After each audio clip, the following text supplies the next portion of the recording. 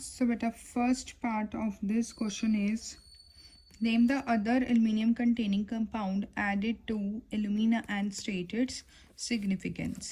So electrolytic reduction के through हम इसी प्रोसेस से करेंगे. तो अदर एल्यूमिनियम कंटेनिंग कंपाउंड कौन सा आता है हमारे पास? क्रायोलाइट. आप देख सकते हैं इसके पास हमारे पास क्या है? एल्यूमिनियम. ठीक है, तो cryolite is the another. So next is second part is give the equation for the reaction that take place at the anode. अब कौन सी रिएक्शन हो रही है हमारे पास एनोड पे, सॉरी एट कैथोड पे? This reaction you are suppose to write in this point. So the third part is explain why it is necessary to renew the anode periodically.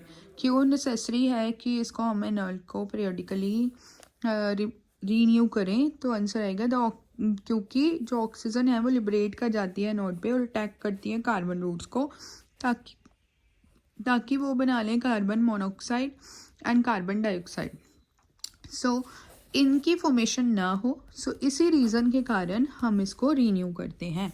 ठीक है, so the anode renew periodically because the oxygen liberated at the anode attacks the carbon roots to form the carbon monoxide and carbon dioxide. So you can refer this page number to attempt this question.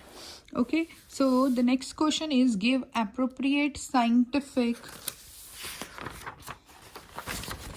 just wait, give appropriate scientific reasons for the following statement. ठीक है, आपको appropriate scientific reason बताने हैं इन statement के लिए. सो ध्यान से समझे इसको. Zinc oxide can be reduced to zinc oxide को हम रिड्यूस कर सकते हैं जिंक में by using carbon, but aluminium oxide can not be reduced by a reducing agent. ध्यान से समझिए, यहाँ पे दो चीज़ों के बारे में बात की गई है, जिंक के बारे में और एल्यूमिनियम के बारे में. उससे पहले कि अगर जिंक ऑक्साइड है तो हम उसको रिड्यूस कर सकते हैं, जिंक बना सकते हैं. उसमें क्या ऐड करेंगे? कार्बन ऐड करेंगे. ठीक है, बट एल्यूमिनियम ऑक्साइड को रिड्यूस नहीं कर सकते बाय रिड्यूसिंग एजेंट. ऐसा क्यों है? ठीक है, बिकॉज जिंक क्या है? It is a less reactive than aluminium. ठीक है, जिंक जो है अगर हम एक्टिविटी सीरीज में देखें तो जिंक जो है लेस रिएक्टिव है देन एल्यूमिनियम, और ये कार्बन के and it lies below the carbon in the activity series. तो कार्बन क्या करेगी? रिड्यूस करके कार्बन, जैसे अभी हम नेक्स्ट क्वेश्चन में पढ़ेंगे कि जिंक ऑक्साइड में carbon that means Coke add करते हैं तो वो जिंक में चेंज हो जाता है. ठीक है, जिंक ऑक्साइड में कार्बन ऐड करते हैं तो वो जिंक में चेंज हो जाता है, कार्बन मोनोऑक्साइड बन जाती है हमारे पास. बट एल्यूमिनियम जो है वो मोर रिएक्टिव है. ठीक है, क्वेश्चन ये है कि जिंक को कर सकते हैं, एल्यूमिनियम को क्यों नहीं कर सकते? तो zinc is less reactive than aluminium and carbon जो है वो एक्टिविटी सीरीज, जिंक जो है it lies below the activity series than carbon in the activity series, and carbon can reduce zinc oxide to zinc. Aluminium is, and therefore aluminium is more reactive than carbon. But aluminium क्या है? ज़्यादा reactive है carbon के, and it has a strong affinity for oxygen. So therefore, hence we can say aluminium oxide is very stable and cannot be reduced by the carbon or any chemical reagent. तो इसलिए जो इसकी reactivity aluminium की ज़्यादा होने के कारण वो कार्बन के साथ या किसी भी अदर केमिकल रिएजेंट के साथ रिड्यूस होके नहीं बना सकता. Okay, so the next is right the balanced chemical equations for the following. आपको राइट करनी है balanced chemical equation for the following. First is reduction of ferric oxide with aluminium powder. Reduction show करनी है ferric oxide की aluminium powder के साथ. Second is water is added to sodium aluminate and heated. जब हम water को add करेंगे sodium aluminate में और हीट करेंगे तब क्या होगा? When lead nitrate is heated, और लेड नाइट्रेट को हीट करेंगे तो क्या होगा? सो बेटा यहाँ पे फर्स्ट रिएक्शन दी हुई है हमें कि फेरिक या आयरन ऑक्साइड को अगर हम हीट कर रहे हैं एल्यूमिनियम के साथ, will get iron and aluminium oxide. ठीक है, along with that heat is released. ठीक है, ये आ गई हमारे पास फर्स्ट रिएक्शन. अदर रिएक्शन क्या था क्वेश्चन में, दैट इज गिवन कि सोडियम एल्यूमिनियम हाइड्रोक्साइड को अगर हम हीट करें, इसमें सोडियम एल्यूमिनेट में वाटर को ऐड करें तो हमारे पास क्या बनेगा। ये हमने अभी बेयर्स प्रोसेस में रिएक्शन करी है। That is sodium aluminate oxide को हीट करेंगे, उसमें अगर वाटर ऐड करेंगे तो will get aluminium hydroxide along with water. Aluminium hydroxide बनेगा और हमारे पास किसकी फॉर्मेशन होगी, वाटर की। और अगर हम रिएक्शन कराएं, बट नेक्स्ट रिएक्शन इज अगर हम लेड नाइट्रेट को हीट करें, ठीक है, तो हमारे पास क्या फॉर्म होगा, lead oxide along with that nitrogen dioxide and oxygen gas will be liberated. So in this way you are supposed to write the chemical reaction. ठीक है, तो आपको मैंने बाकी दो chemical reaction बता दी हैं, that is given on the page number 226 and 225. So you can refer that and you can note it down that one. Okay, let's move to the next question. The next question is name the ore of zinc containing its sulfide. ठीक है, आपको zinc के ओर का नाम बताना है जिसमें हमारे पास सल्फाइड हो। ठीक है, दैट और is containing zinc sulphide, that means कि उसका फॉर्मूला क्या आएगा, जिंक सल्फाइड, तो उसका नाम क्या है वो हमने लिखना है।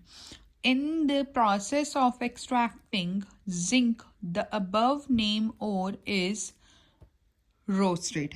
ठीक है, जो हमारे पास एक्सट्रैक्ट करना है जब हमने जिंक को, ठीक है, प्रोसेस कर रहे हैं हम एक्सट्रैक्शन ऑफ जिंक का, तो यही और हम उसमें रोस्ट करते हैं। ठीक है, और उसके लिए आपको एक केमिकल इक्वेशन देनी है। Write the equation of the reaction which take place when the sulphide ore is roasted. तो फिर हमें आपको इक्वेशन देनी है कि उस सल्फाइड ओर को जब हम रोस्ट करेंगे तो हमारे पास क्या आएगा। The C part is name the substance which is used to reduce the roasted ore and write the equation for the reaction. वो सब्सटेंस बताएं जो हम यूज़ करते हैं उसको रोस्ट करने के लिए और उससे हमारे पास कौन सी इक्वेशन आती है। So let's discuss about that. हाँ जी बेटा, ए पार्ट देखें कि उस ओर का नाम बताना था हमें जो कंटेन करता है सल्फाइड। तो यहाँ पे ओर्स ऑफ जिंक दिए हैं, you can refer to the formula. Zinc sulphide ore का नाम क्या है हमारे पास, जिंक ब्लेंड। तो आपको नाम लिखना है जिंक ब्लेंड। फर्स्ट का आंसर समझ आ गया कि और जो जिंक कंटेनिंग है सल्फाइड, उस और का नाम आपने जिंक सल्फाइड नहीं लिखना, वो उसका केमिकल नेम है। Its name not the name of the ore, you are suppose to write zinc blende. Okay, bracket में आप जिंक सल्फाइड लिखोगे और साथ में नाम जो लिखोगे that should be zinc blende. Okay, so let's identify the, so you can refer to the page number 223 to answer this question, A part, and then move to the B part. I'm repeating again the B part. In the B part, it said that in the process of extracting zinc, the above name ore is roasted. That means zinc sulfide is roasted. हम इसको roast करते हैं, उसके लिए आपको equation लिखनी है। So write the equation of the reaction which take place when the sulfide ore is roasted. तो आपको उस ore की equation देनी है। So it is given on the page number 226. This is a zinc sulfide ore.